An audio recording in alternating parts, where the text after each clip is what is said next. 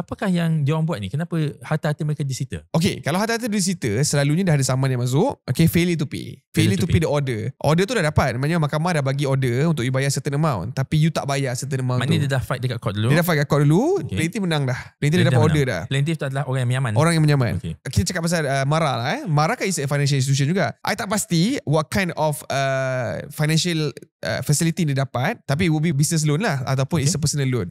Okay. So let's say Both tak ada cakaran. Both tak ada cakaran. Okay. So maknanya nampak tak, Mara tak terus ke bankrupt. Mara pergi sitaan dulu. Sebab it's better to sita harta-harta yang dia ada. Jual dulu. Berapa dapat? Dapat cover insyaAllah. Dapatlah cover sikit. Instead of pergi bankrupt. Lepas tu macam abang cakap lah, aset-aset yang kita nak buktikan ni, bukan semua benda ada nama kat situ. So macam kalau kita buat sitaan, kat mana dia duduk, segala harta benda yang dekat situ, tu rumah dia, kerusi dia, dia punya meja dia, bangku dia, baju dia, semua ada value pun kita tahu. Baju mahal-mahal, designer clothes semua kita tahu. Kalau kita buat jualan, akan ada orang beli. So better to go that way. Sebab tu saya rasa Mara make a good move lah. Instead of pergi bankrupt, menyusahkan orang juga. Why not kita sita dulu barang-barang ni dan tengok apa respon dia selepas tu.